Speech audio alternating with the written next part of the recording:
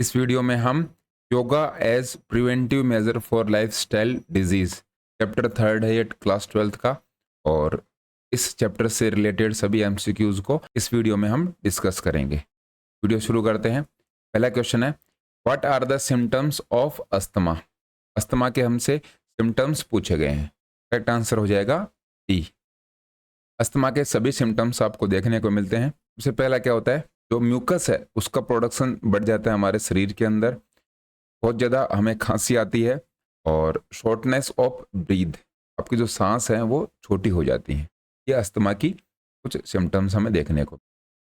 Next है the advantage for vajrasana. Vajrasana के क्या एडवांटेज हैं? तो vajrasana relieves stomach elements, stomach के जो भी प्रॉब्लम्स हैं वो दूर करते हैं। और वज्रासन हम खाना खाने के बाद कर सकते हैं। एकमात्र जो आसन है आफ्टर फूड इनटेक हम क्या कर सकते हैं, वज्रासन परफॉर्म कर सकते हैं। नेक्स्ट है विच आसन resembles the face of a cow. Cow के जैसे जो हम फेस करते हैं ऐसा कौन सा आसन होता है? तो ये आसन होता है गौमुख आसन। गौ का मतलब गाय होता है और गाय के जैसे मुख करने वाले आसन को गौमुख आसन कहते हैं। नाम से यहाँ पर क्लियर हो रहा है। Choose the odd one out asanas helps to improve. देखिए 4 ऑप्शंस आपके सामने हैं, इनमें से ऑड वन आउट करना है। मतलब है 3 सेम है, एक थोड़ा सा अलग है। आसन्स हेल्प टू इम्प्रूव, आसन हम करते हैं या फिर योगा करते हैं, इससे इन 4 ऑप्शंस में से क्या इम्प्रूव हो सकता है? ब्लड सर्कुलेशन इम्प्रूव हो सकता है, डाइजेस्टिव सिस्टम इम्प्रूव हो सकता है, डेप्थ ऑफ रेस्पिरेशन भी इम्प्रूव हो सकता है, लेकिन स्पीड इम्प्रूव नहीं हो सकती। स्पीड वैसे भी आप एक ट्रेनिंग कोई करते हो तो स्पीड इंप्रूव करना मुश्किल होता है, और आसन से तो स्पीड इंप्रूव नहीं हो सकती। A disease associated with respiratory tract is known as. Respiratory जो आपका ट्रैक होता है उससे रिलेटेड एक डिजीज है। ये हमने देखा है अस्थमा उससे रिलेटेड है, हमारे सांस की बीमारी होती है। रेस्पिरेटरी जो ट्रैक है उसके अंदर म्यूकस बन जाता है और आप बार बार खांसते हो। आपकी जो शॉर्टनेस ऑफ ब्रीथ है वो हमें इसके अंदर देखने को मिलता है, अस्थमा में देखने को मिलता है। Ushtrasana should not be performed if an individual is suffering from. Ushtrasana मतलब, उष्ट्र का मतलब होता है ऊंट।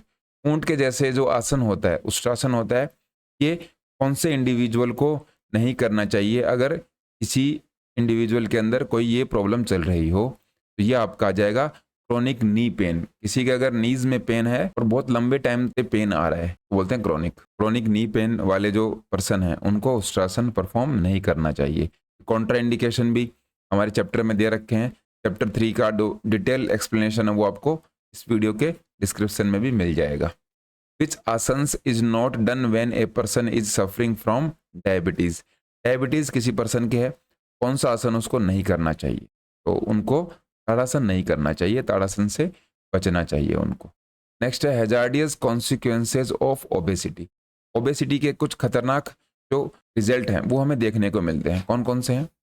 Prone to injury, pollution decrease, ये नहीं होगा। ऑल ऑफ दीज, ये भी नहीं होगा। इन दोनों में से प्रोन टू इंजरीज नहीं होगा। आपके जो लाइफ स्टाइल डिजीज हैं वो हो जाते हैं। मोटापा क्या है? ओबेसिटी को हम मोटापा बोलते हैं। ओबेसिटी अपने आप में कोई डिजीज नहीं है, लेकिन ये बहुत सारे जो अलग डिजीज हैं उनको होने से थोड़ी सी उनकी हेल्प कर देता है। इस पर्सन के अंदर ओबेसिटी होगी, मोटापा रहेगा, तो बाकी जो लाइफस्टाइल डिजीज हैं वो होने के चांसेस बढ़ जाते हैं। विच आसन can be practised immediately after eating food. खाना खाने के जस्ट बाद हमने देखा है, तो ये आप वज्रासन करते हो, दोनों पैरों को पीछे की तरफ मोड़कर, और आप जब बैठ जाते हो उसको हम वज्रासन बोलते हैं। आफ्टर ईटिंग फूड, खाना खाने के बाद आप इस आसन को परफॉर्म कर सकते हो। विच आसन assist in releasing trapped digestive gas from stomach and intestine. आपके जो इंटेस्टाइन और स्टमक के अंदर जो गैस है वो ट्रैप हो जाती है, उसको निकालने के लिए कौन सा आसन किया जाता है? तो ये हम करते हैं पवन मुक्त आसन। पवन का मतलब हवा, मुक्त मतलब हवा को रिलीज करना। ये पवन मुक्त आसन से क्या हो जाता है, जो डाइजेस्टिव ट्रैक के अंदर या फिर स्टमक और इंटेस्टाइन के अंदर गैस है वो रिलीज हो जाती है, बाहर निकल जाती है। नेक्स्ट है symptoms of such as coughing, wheezing, shortness of breath, chest tightness are caused in patient suffering from.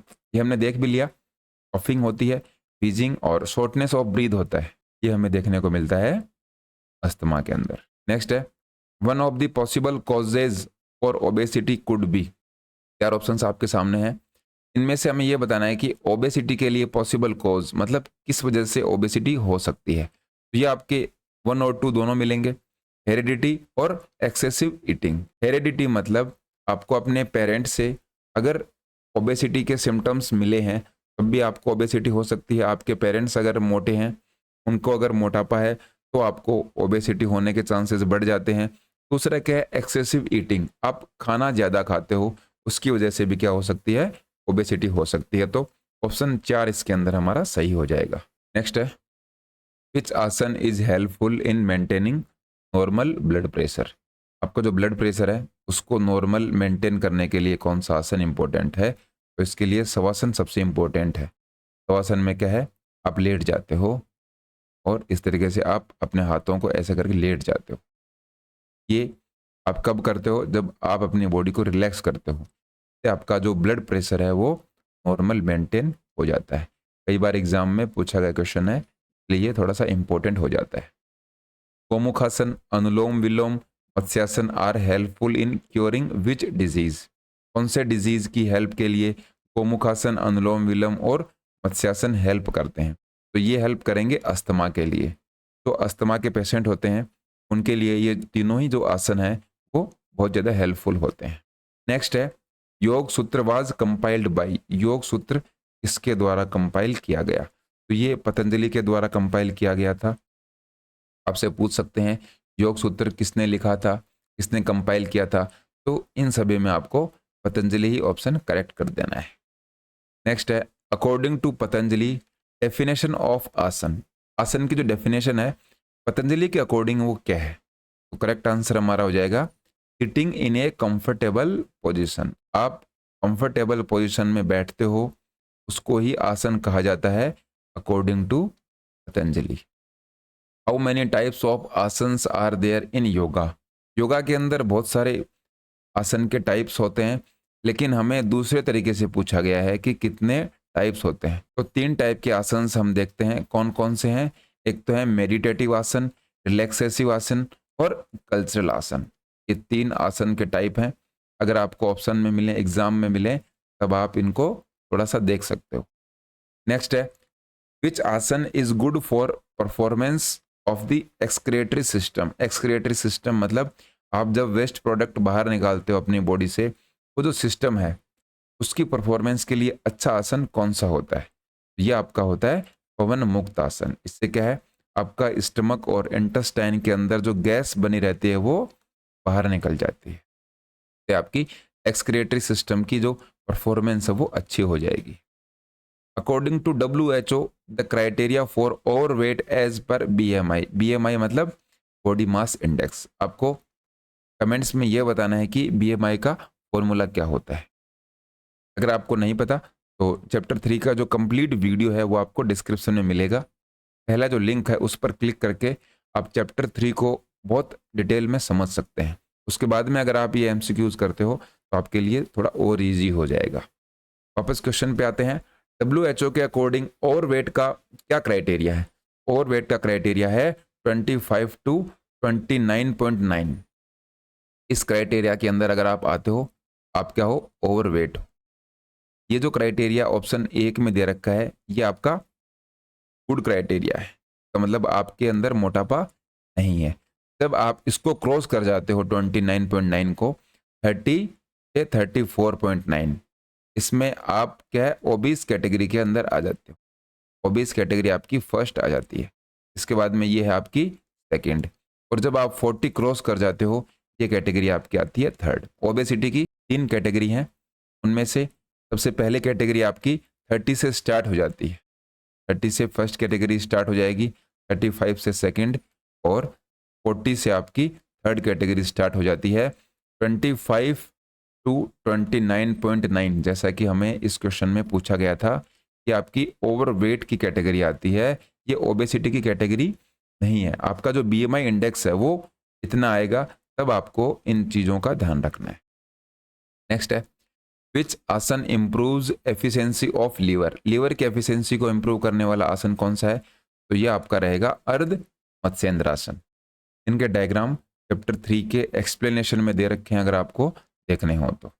Next है which type of diabetes can occur during pregnancy, pregnancy के टाइम पर कौन सी जो डायबिटीज की टाइप है वो हो जाती है?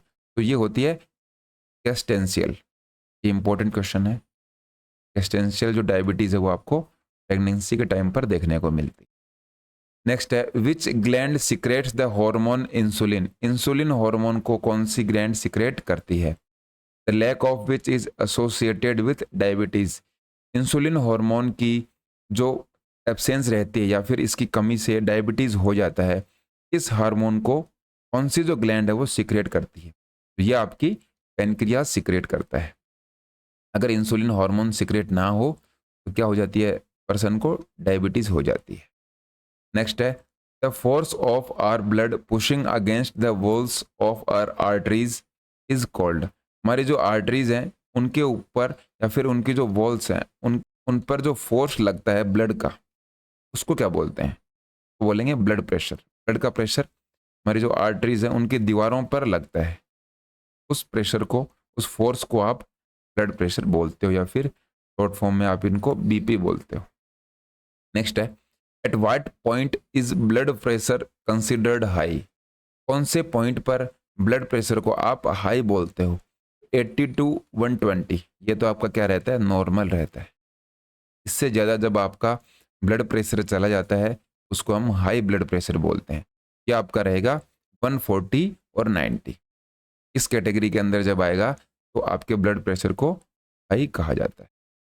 The asanas which helps to increase the concentration power are called, concentration power को इंक्रीज करने वाले जो आसन है वो कौन से होते हैं? ये आपके रहेंगे ध्यानात्मक आसन। जब आप ध्यान लगाते हो ऐसे आसन को हम क्या बोलते हैं? ध्यानात्मक आसन बोलते हैं। और इनसे हमारा क्या होता है? कंसंट्रेशन पावर बढ़ता है। नेक्स्ट है which of the following asanas gives a posterior stretch to the spinal column, आपकी जो रीढ़ की हड्डी है उसको पीछे की तरफ जो स्ट्रेच देने वाला आसन है वो कौन सा है? ये आपका पश्चिमोत्तानासन होता है, जब आपकी जो स्पाइनल कॉर्ड है वो पूरी स्ट्रेच हो जाती है। नेक्स्ट है which amongst these is a sitting asana, 4 options में से हमें ये बताना है कि इन 4 में सिटिंग आसन कौन सा है? सिटिंग आसन आपको मिलेगा अर्ध मत्स्येंद्रासन। बाकी पादस्थ आसन, अर्ध चक्रासन और त्रिकोणासन ये सिटिंग आसन नहीं है। अर्ध मत्स्येंद्रासन क्या है? सिटिंग आसन की कैटेगरी के अंदर आता है। नेक्स्ट है yoga has been derived from which Sanskrit word, yoga कोई संस्कृत वर्ड से डिराइव है, आप इसको योगा बोल सकते हो, योग बोल सकते हो। तो वो संस्कृत का जो वर्ड है वो क्या है? युज है। इस तरीके से आप इसको हिंदी में लिख सकते हो। युज का मतलब है जोड़ना या फिर टू ज्वाइन का मतलब भी आपसे पूछ सकते हैं एग्जाम में कि what is the meaning of yuj, yuj का means to join. Who quoted स्थिर सुखम आसनम, स्थिर सुखम आसनम जो का जो कोट है वो किसने कोट किया था? वो पतंजलि ने ही किया था। और इन्होंने क्या लिखा है? योग सूत्र भी लिखा है। नेक्स्ट है if the total body fat percentage is greater than 30 to 35% the person is considered, देखिए किसी भी पर्सन का जो बॉडी का फैट परसेंटेज है वो 30 to 35% चला जाता है, उस पर्सन को हम क्या बोलेंगे? उसको बोलेंगे हम ओबेस। ये हमने देखा भी था 32 34.9, यहाँ पर अप्रोक्स 35% बोल रखा है, उसको हम ओबीस बोलेंगे। और वेट हम किसको बोलते हैं? ये हमने देखा भी था 25 से लेकर 29.9। और सीवियर ओबिस हम इसको बोल सकते हैं 35 to 39.9। और इसके बाद में 40 से अबोव है, इसमें सर्जरी की नीड पड़ती है, बहुत ज़्यादा वेट अगर हो जाता है तो। नेक्स्ट है द बॉडी मास इंडेक्स जिसको हम बीएमआई बोलते हैं, नॉर्मल पर्सन की कितनी रहनी चाहिए? ये हमने देखा भी है।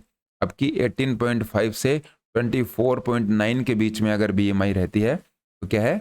आप फिट हो, आप फिट हो, आप ओबीस नहीं हो, मोटापे के शिकार नहीं हो। नेक्स्ट है अर्ध मीन्स हाफ, अर्ध मत्स्यासन की बात हो रही है।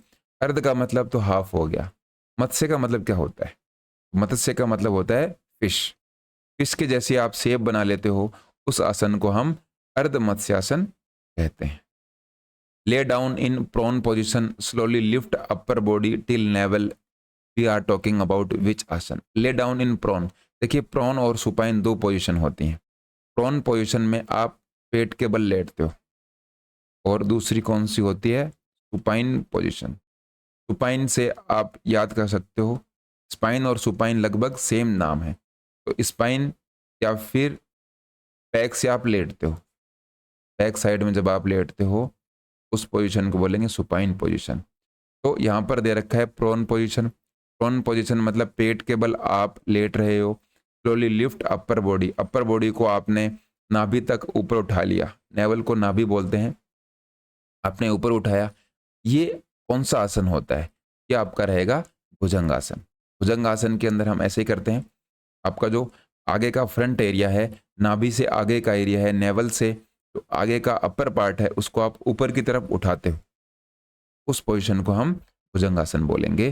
भुजंग सांप को बोलते हैं, तो सांप के जैसी आपकी जब शेप हो जाएगी उसको आसन को भुजंगासन बोलेंगे। नेक्स्ट है Uttana Mandukasana, Dhanurasana, Ushtrasana. Helps in removing which lifestyle related problem. ये तीन आसन है। इन आसन को करने से कौन सी जो लाइफ स्टाइल रिलेटेड प्रॉब्लम है वो रिमूव हो जाती है, या फिर उसको रिमूव करने में हेल्प मिलती है। ये आपका होता है अस्थमा। अस्थमा जिस पर्सन को हो, वो तीनों जो ये आसन ऊपर दिए हुए हैं, ये आसन करते हैं, उनको हेल्प मिलती है। नेक्स्ट है विच आसन helps in stretching lower back muscles and spinal vertebra.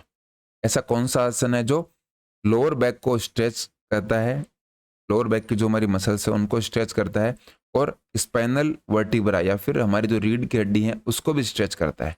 ये आसन आपको मिलेगा पवन मुक्त आसन। पवन मुक्त आसन से आपकी स्टमक और इंटेस्टाइन के अंदर जो गैस बनी रहती है उसको भी रिलीज करने में हमें हेल्प मिलती है। नेक्स्ट है which is a position of rest and relaxation and is usually practised toward end of A yoga session. आप कोई भी योगा सेशन करते हो जिसके अंदर बहुत सारे आपने योगा किया, उस योगा सेशन के कंप्लीट होने के बाद आप इसको रेस्ट बोल सकते हो या फिर रिलैक्सेशन बोल सकते हो। उस टाइम पर हम कौन सा आसन परफॉर्म करते हैं? उस टाइम पर हम करेंगे शवासन। शवासन में आपका जो ब्लड प्रेशर है वो भी नॉर्मल हो जाता है, शवासन बोलते हैं उसको। अनुलोम विलोम जो प्राणायाम होता है वो किसके ऊपर फोकस करता है? तो ये बहुत ही सिंपल सा क्वेश्चन है, ये आपकी ब्रीदिंग पर फोकस करता है। अनुलोम विलोम में आप एक बार तो राइट नोस्ट्रिल से सांस को अंदर लेते हो और लेफ्ट नोस्ट्रिल से बाहर निकालते हो। इस तरीके से ये प्रोसेस चलती रहती है, और अनुलोम विलोम आपका ब्रीदिंग के ऊपर फोकस करता है। The word yoga is first mentioned in. तो योगा शब्द है वो सबसे पहली बार किसके अंदर मेंशन किया गया था? ये किया गया था ऋग्वेद के अंदर। ये भी इंपॉर्टेंट क्वेश्चन है, आपसे पूछ सकते हैं कि सबसे पहले ऋग्वेद के अंदर योगा को इंट्रोड्यूस किया गया था या फिर वर्ड को क्या किया गया था? मेंशन किया गया था। What causes obesity? ओबेसिटी के कारण क्या हो सकते हैं? नॉन एक्टिविटी भी कारण है, ओवर इंडल्जेंस इन फूड, ज़्यादा आप खाना खा लेते हो, और स्मोकिंग। ये तीनों ही वजह हैं। तो ऑप्शन हमारा 4 इसके अंदर करेक्ट हो जाएगा। नेक्स्ट है उष्ट्रासन पोजेज। उष्ट्रासन में हमने देखा था उष्ट्र का मतलब होता है ऊंट, कैमल पोज बोलते हैं उष्ट्रासन को। विच asana is side twist pose? Side के अंदर जब हम ट्विस्ट करते हैं, इस पोज के अंदर ट्विस्ट करेंगे, वो कौन सा आसन है? ये आपका रहेगा अर्ध मत्स्येंद्रासन। नेक्स्ट है कटी चक्रासन इज ए। कटी का मतलब होता है कमर, और ये क्या होता है? आप खड़े रहकर करते हो। कमर को जो आप ट्विस्ट करते हो वो स्टैंडिंग आसन के अंदर किया जाता है। भुजंगासन इज ऑल्सो नोन एज। भुजंगासन को आप कोबरा पोज भी बोलते हो, लेकिन आपको भुजंगासन से ही याद रखना है। कोबरा पोज एग्जाम में आने के चांसेस कम है, लेकिन अगर आए तो उसके लिए आपके लिए ये क्वेश्चन इंक्लूड किया गया है। भुजंगासन को कोबरा पोस्चर भी कहा जाता है। विच आसन इज प्रिपरेटरी आसन फॉर पवन मुक्त आसन? पवन मुक्त आसन करने से पहले कौन सा आसन हमें करना चाहिए? इस क्वेश्चन का ये मतलब है। तो आपको नौकासन करना चाहिए। ये इसका क्या है? प्रिपरेटरी आसन है। Obesity is a condition in which excess in the body gets accumulated. Obesity या फिर मोटापा एक ऐसी कंडीशन है में क्या होता है, आपकी बॉडी ज़्यादा एक्यूमुलेट कर लेती है, ज़्यादा बॉडी के अंदर स्टोर हो जाता है। 4 ऑप्शंस में से बताना है क्या स्टोर होता है। तो फैट स्टोर होता है बॉडी के अंदर। जब हमारी बॉडी के अंदर फैट ज़्यादा स्टोर हो जाएगा तो हम ओबेसिटी या फिर मोटापा बोलते हैं। नेक्स्ट है the causes of obesity includes. Obesity के कॉज क्या हो सकते हैं? तो आपके इंक्रीज्ड कैलोरी अपटेक और डिक्रीज्ड एनर्जी एक्सपेंडिचर। एक तो आप खाना ज़्यादा खाना शुरू कर देते हो और एक आप क्या करते हो, एक्सरसाइज नहीं करते, जिससे आपकी जो एनर्जी है उसका एक्सपेंडिचर नहीं होता, मतलब वो एनर्जी खर्च नहीं होती, आपकी कैलोरीज क्या होनी, बर्न नहीं होंगी। उससे क्या है, ओबेसिटी बढ़ जाएगी। सिंपल सा क्वेश्चन था। विच of this is not a symptom of diabetes. 4 options में से ये बताना है कि डायबिटीज का कौन सा इन 4 ऑप्शंस में से सिम्टम नहीं है। तो वेट गेन डायबिटीज से नहीं होता, आपका जो विजन है वो ब्लर हो जाएगा, दिखना आपको कम हो जाएगा, नंबनेस आ जाएगी, सुन पड़ जाएंगे आपके बॉडी के बहुत सारे पार्ट्स और आप हमेशा थका हुआ फील करोगे, टायर्डनेस आपके अंदर आ जाती है। डायबिटीज के ये 3 सिम्टम है। वेट गेन डायबिटीज से नहीं होता, ये कोई सिम्टम डायबिटीज का नहीं है। Which type of diabetes is more common. जो कॉमन डायबिटीज की टाइप है वो कौन सी होती है? ये आपको मिलेगी टाइप 2 डायबिटीज। टाइप 2 की जो डायबिटीज है ये सबसे ज़्यादा कॉमन हमें देखने को मिलती है। Diabetes is a defect in body's ability to convert to energy. Diabetes क्या है, एक बॉडी के अंदर डिफेक्ट रहता है और ये क्या करता है, ये करता है आपके ग्लूकोज को एनर्जी में कन्वर्ट करने का काम करता है। अगर ये काम नहीं होता है तो उस पर्सन को डायबिटीज हो जाती है। ग्लूकोज क्या रहता है, हमारी बॉडी के अंदर जो फ्यूल है वो ग्लूकोज के थ्रू मिलता है। बॉडी ग्लूकोज की जो फूड है उसको समझती है, वो हमें फूड से मिलता है। जब हम फूड इंटेक करते हैं उस फूड को ग्लूकोज में कन्वर्ट करके हमें एनर्जी मिलती है। ये जब प्रॉब्लम आ जाती है वो डायबिटीज बोलेंगे। Which diabetes occur most commonly in children. बच्चों के अंदर कौन सी डायबिटीज ज़्यादा होती है? तो बच्चों के अंदर टाइप 1 डायबिटीज आपको ज़्यादा देखने को मिलेगी। नेक्स्ट है which is the chronic inflammatory disorder of the Airways. Airways या फिर जहाँ से आप सांस लेते हो उसके अंदर सूजन आ जाता है या फिर जलन हो जाती है, उसको आप क्या बोलेंगे लंबे टाइम तक? ये क्रोनिक की बात हो रही है, सर्दी जुकाम की बात नहीं हो रही। उसको हम बोलेंगे अस्थमा। अस्थमा के अंदर ये प्रॉब्लम हमें देखने को मिलती। नेक्स्ट है which asana is meditative as well as relaxing pose. Relaxing pose और मेडिटेटिव आसन भी उसको हम बोल सकते हैं, या फिर जब हम मेडिटेशन करते हैं वैसा इस आसन के अंदर पोज रहता है। ये आपका रहेगा सुखासन। आप नॉर्मल बैठते हो सीधे, जब आप अपनी बैकबोन या फिर स्पाइनल कॉर्ड को सीधे रख कर बैठते हो, रिलैक्स होकर बैठते हो, उसको हम सुखासन बोलते हैं। नेक्स्ट है इन hypertension the blood pressure. Hypertension के अंदर ब्लड प्रेशर क्या होता है आपका, बढ़ जाता है। सिंपल सा क्वेश्चन था लेकिन ध्यान में रखना है, हाइपरटेंशन मतलब आपका ब्लड प्रेशर इंक्रीज हो जाएगा। नेक्स्ट है इन विच आसन the body imitates like a palm tree. Palm का जो ट्री होता है वो सीधा लंबा खड़ा रहता है, उसके जैसे जब हम कोई आसन करेंगे उस आसन को क्या बोलेंगे? यह आसन आपका रहेगा ताड़ासन। नेक्स्ट है which of this is a benefit of Tadasana. Tadasana के बेनिफिट क्या है? 4 ऑप्शंस में से हमें बताना है। तो आपकी लेजीनेस भी ये रिमूव करता है, एंकल को आप स्ट्रेंथन कर सकते हो ताड़ासन करते हो तो, और जो ग्रोइंग चिल्ड्रन होते हैं, जिन बच्चों की अभी हाइट बढ़ रही हो, उनकी हाइट को बढ़ने में थोड़ा सा ये इम्प्रूवमेंट देता है।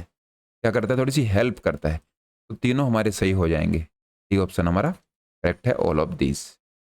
नेक्स्ट है blood sugar levels are controlled by which hormone. कौन से हार्मोन से ब्लड शुगर लेवल कंट्रोल रहते हैं? तो ये इंसुलिन से रहते हैं, ये हमने देखा भी है।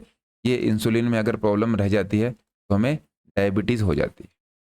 In Uttana Padasana which is correct pose. Correct pose के बारे में पूछा गया है कि उत्तान पादासन के अंदर आपका पोज है वो क्या करेक्ट रहेगा। तो इसके अंदर आपकी leg raise in supine position. Supine मतलब आप क्या रहते हो, पीठ के बल। सुपाइन या फिर पाइन जो पोजीशन रहती है, पीठ के बल आप लेटते हो और अपने जो पाँव हैं उनको ऊपर की तरफ उठा लेते हो। यहाँ से आपने ऊपर की तरफ अपने पाँवों को उठा लिया, ये जो पोजीशन रहते हैं ये होती है उत्तान पादासन की, ये इसका करेक्ट पोज है। नेक्स्ट है which asana is for relaxation, relaxation के लिए कौन सा आसन होता है? तो ये आपको मिलेगा मकरासन। मकरासन में आप पेट के बल लेटते हो और आपके जो दोनों हाथ हैं उनको जमीन की तरफ रखकर और अपनी जो चिन है या फिर ठुड्डी है उसको यहाँ पर रख लेते हो। ये रिलैक्स करने के लिए आसन होता है। कोई भी आसन आपने पहले परफॉर्म कर लिया हो उसके बाद में मकरासन को किया जाता है। नेक्स्ट है विच आसन इज बेस आसन is not having back bend. 4 options में से हमें ये बताना है कि कौन से आसन के अंदर बैक बेंड नहीं होगी। तो ताड़ासन के अंदर नहीं होगी, चक्रासन, भुजंगासन और उत्तानासन के अंदर बैक आपकी बेंड होती है। ताड़ासन के अंदर आप सीधे खड़े रहते हो। नेक्स्ट है as interest in yoga has increased in western countries over the last few decades. कुछ जो पीछे के 10, 20, 30 साल हैं उनमें क्या है, योगा के बारे में जो इंटरेस्ट है वेस्टर्न कंट्रीज के अंदर डेवलप हुआ है। Yoga postures help to cure arthritis problem. Arthritis की जो प्रॉब्लम है उसको दूर करने के लिए योगा हेल्पफुल होता है। Which among the following helps to cure arthritis. 4 options में से हमें यह बताना है कि आर्थराइटिस को हेल्प करने के लिए या फिर आर्थराइटिस की जो प्रॉब्लम है वो ठीक हो जाए उसके लिए कौन से आसन होने चाहिए। तो उसके लिए आपका होने चाहिए तीनों आसन, अर्धचक्रासन, मकरासन और भद्रासन। ये तीनों आसन इंपॉर्टेंट होते हैं आर्थराइटिस के लिए। इंपॉर्टेंट क्वेश्चन है, कई बार एग्जाम में पूछ लेते हैं। और आर्थराइटिस के बारे में कोई भी 3 आसन के बारे में बताओ तो आपको उसके अंदर पूरा एक्सप्लेन भी करना पड़ता है। एक्सप्लेनेशन का मैंने आपको बता रखा है। इस वीडियो को डिस्क्रिप्शन में आपको चैप्टर 3 का डिटेल और एक्सप्लेनेशन में वीडियो मिलेगा, उससे आपके ये सारे डाउट्स हैं वो क्लियर हो जाएंगे। नेक्स्ट है which of the following asana is not used to cure asthma. Asthma को क्योर करने के लिए 4 ऑप्शंस में से हमें यह बताना है कि कौन सा आसन हेल्पफुल नहीं है। तो पर्वतासन के अलावा तीनों आसन हेल्पफुल रहते हैं, ताड़ासन, धनुरासन और भुजंगासन। ये भी इंपॉर्टेंट क्वेश्चन हो गया। आपसे पूछ सकते हैं कि अस्थमा के लिए कौन से 3 आसन इंपॉर्टेंट हैं या फिर यूजफुल हैं। ताड़ासन, धनुरासन और भुजंगासन तीनों ही इंपॉर्टेंट होते हैं। आइडेंटिफाई द आसन, इस आसन को आइडेंटिफाई करना है कि ये कौन सा आसन है। 4 ऑप्शंस आपके सामने हैं, करेक्ट आंसर हो जाएगा वक्रासन, तो आप बोलते हो वक्रासन। नेक्स्ट है आइडेंटिफाई द आसन, इस आसन को आइडेंटिफाई करना है तो ये आपका होगा भुजंगासन, तो कोबरा पोज भी बोलते हैं। सांप की जो शेप होती है वो ऐसी होती है, तो कोबरा पोज या भुजंगासन कहा जाता है। अब 2 लिस्ट आपके सामने दे रखी हैं, वज्रासन, कटी चक्रासन, भुजंगासन और अर्ध मत्स्येंद्रासन। अब ये क्या क्या हेल्प करते हैं इनके बारे में हमसे पूछा गया है। सबसे पहले वज्रासन के बारे में हम बात करें तो वज्रासन खाना खाने के बाद किया जाता है, तो यहाँ पर ये 3 ऑप्शन करेक्ट हो जाएगा। इसके बाद में कटी चक्रासन, तो आपका जो वेस्ट है, कमर है, उसके आसपास का जो फैट है उसको कम करने के लिए कटी चक्रासन इंपॉर्टेंट होता है। इसके बाद में भुजंगासन, तो भुजंगासन का यहाँ पर हमने देखा है, भुजंगासन आपकी स्पाइन का है, वो अच्छा स्ट्रेच देता है। ये आपकी स्पाइन है, इसको अच्छा स्ट्रेच दे दिया। और अर्ध मत्स्येंद्रासन क्या करता है, ओबेसिटी को कम करने के लिए हेल्पफुल होता है। तो इस तरीके से ऑप्शन हमारा बी करेक्ट हो जाएगा। नेक्स्ट है, अभी ये 3 क्वेश्चन हमारे सामने हैं, तीनों ही क्वेश्चन लिस्ट के हैं जिससे कि आपके सारे आसन क्लियर हो जाएं। सबसे पहले हलासन, अनुलोम विलोम, शवासन और अर्ध मत्स्येंद्रासन, ये कौन से डिजीज को ठीक करने के लिए हेल्पफुल होते हैं। सबसे पहले हलासन है, वो आपको ओबेसिटी में हेल्प करेगा। उसके बाद में जो अनुलोम विलोम है वो अस्थमा में हेल्प करता है। इसके बाद में शवासन, शवासन से आपकी हाइपरटेंशन या फिर हाई बीपी है वो नॉर्मलाइज होती है। और अर्ध मत्स्येंद्रासन से डायबिटीज कंट्रोल होती है। तो इस तरीके से 2, 1, 4, 3, 2, 1, 4, 3 ऑप्शन ए के अंदर है, ऑप्शन ए हमारा करेक्ट हो जाएगा। इसके बाद में नेक्स्ट है भुजंगासन, गोमुखासन, उष्ट्रासन और मत्स्यासन। तो भुजंगासन में क्या होता है, कोबरा स्नेक की पोजीशन के बारे में हमें बताना है। गोमुखासन में गाय है, गाय का काउ फेस आ गया। उष्ट्रासन में हम ऊंट की बात करते हैं, तो कैमल के जैसे आप पोजीशन में रहते हो। और मत्स्यासन में आप फिश के जैसे रहते हो। तो इस तरीके से ऑप्शन बी हमारा करेक्ट हो गया। नेक्स्ट है, 2 लिस्ट आपको दे रखी हैं, भुजंग, हस्त, अर्ध और शव। इन चारों के बारे में आपको बताना है।